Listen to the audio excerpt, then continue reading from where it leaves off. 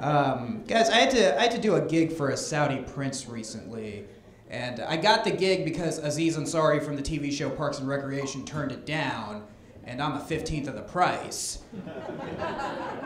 But these Saudi princes have so much money, I don't know why price would be an issue for this guy, you know? It's almost like he went to Walmart and they were out of Die Hard on Blu-ray, so he just went into the bargain bin. Oh, Mariah Carey's Glitter, you'll do. But the gig wasn't in Saudi Arabia, it was in the Saudi Arabian extension called the Beverly Hilton Hotel. And I guarantee you, even though the prince owns the hotel, when he checks out and he gets his bill for $0, he still says, okay, but what's my price? I took some friends with me, or witnesses, whatever you want to call them, and when we got to the gig, the men and the women were separated because in Middle Eastern culture, when the men and women are out in public, they're separated, and they do this because if they get blown up, all the women want to be blown up together. It's their version of Chicks Before Dicks. Yeah, it's this Thelma and Louise pack they all came up with. But we weren't allowed to address the fact that the men and women were separated. And so my friend Alex went on stage, and the first thing he said was, "Hey, why ain't you dudes sitting with those girls? Are y'all gay?" And I felt the beheading coming on. And the prince yells out, "Well, you're the one who walked in with 3 guys." Oh, Prince got jokes. Okay, cool. And then Alex starts to bomb so hard that the prince yells out, "Who's the terrorist now?" So the prince's bodyguard comes up to me and says, "You're Indian, no? You go on stage, you tell the Indian joke, okay?" So I went on stage, I said, "My mom's from this poor part of India called India."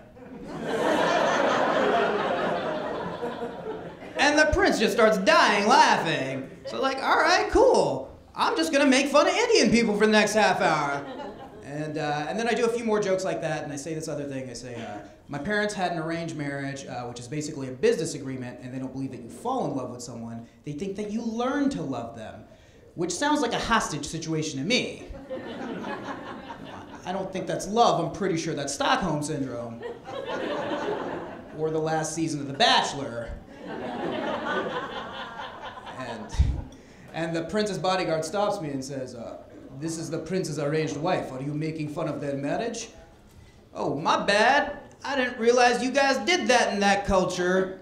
I thought maybe he just bought her at a bazaar in Riyadh." Now I don't know what to do. I'm afraid everything I say is going to offend the prince. And the prince says, "Tell me something that's going to make me really ha-ha." So I said this other thing. I said, Dubai is experimenting with democracy now. They're actually going to let the Indian people decide which prince enslaves them. And the prince's bodyguard yanks me off stage and says, "The prince does not want the people to have democracy, because if the people have democracy, then he is no longer the prince." And then he takes me over to the prince, and the prince grabs my hand and says, "I am going to take you to Dubai for 1.5 years and show you what it's really like." And I was scared.